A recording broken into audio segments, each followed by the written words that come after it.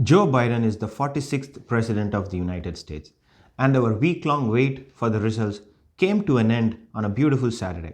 As if on cue, the moment Associated Press called Pennsylvania and the race for Biden, all the networks followed through. And an hour or possibly less than an hour later, AP came out again with a call to give Nevada to Biden. Now that the result has come, it is tempting to overlook what happened and to even forgive the networks for taking forever to come to a decision. But what happened since yesterday afternoon was not a good thing at all. It was as bad as the statewide polls we got this year. By afternoon yesterday, it was clear that Trump had no path to win Nevada. But no one had the courage to call it because Fox had already called Arizona for Biden, and calling Nevada would essentially mean that the race is over, even if your own network did not call Arizona for Biden. Now, how much of this delay had to do with the pressure that Trump and his team was exerting on the counting process and questioning the legitimacy of the election? It has everything to do with it. It is as good as putting the referee under pressure to get some marginal calls go your way. Not good, absolutely not good. On his way out, Trump has exposed as many problems as possible for us to go and fix it. The whole electoral college system needs a revisit. The ability of state legislatures to appoint electors must be questioned. The idea of parties in Supreme Court must be addressed. The pollsters must be given a good round of beating. The networks must be called for taking forever. The Republican senators who question the legitimacy of the election must be brought to bear the responsibility for their hypocrisy. The list is long, but at the very least, we can be happy that the country is not preparing to kill hundreds of thousands of Americans in its pursuit for herd immunity against the coronavirus. We can certainly expect a national plan to address the pandemic, which I believe is the first step to contain the virus.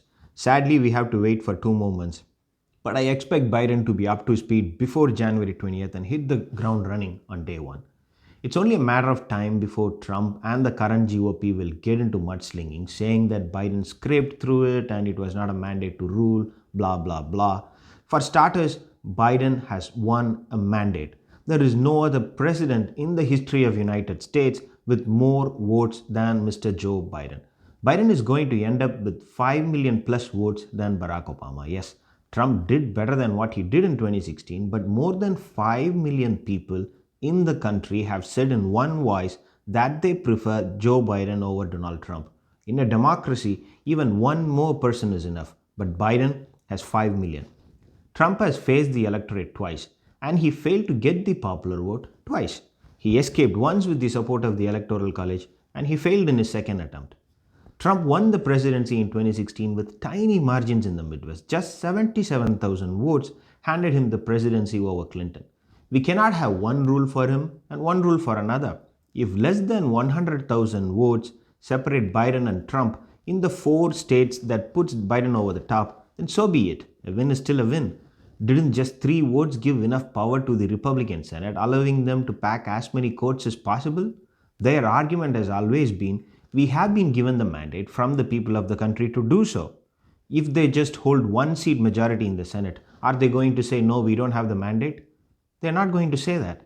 We cannot have one rule for the Republicans and one rule for Joe Biden. Even if Biden won the presidency by a margin of one single vote in an election that saw 150 million people vote, he still has the mandate to govern.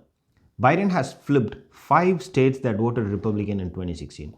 Michigan, Wisconsin, Pennsylvania, and soon Georgia and Arizona will join. No Democrat has won Georgia for the last 28 years, and no Democrat has won Arizona for the last 24 years. There is a high degree of likelihood that Trump, with or without the GOP, will now start to build a narrative that Biden did not win the country. And if they go there, let us just call bullshit on it. As of today, Joe Biden has the mandate of 75 million Americans and counting. And he is the first man to beat an incumbent since Bill Clinton in 1992. Beating a president and a Republican one at that is not supposed to happen, but it happened. Thanks for watching. If you like the content, please subscribe.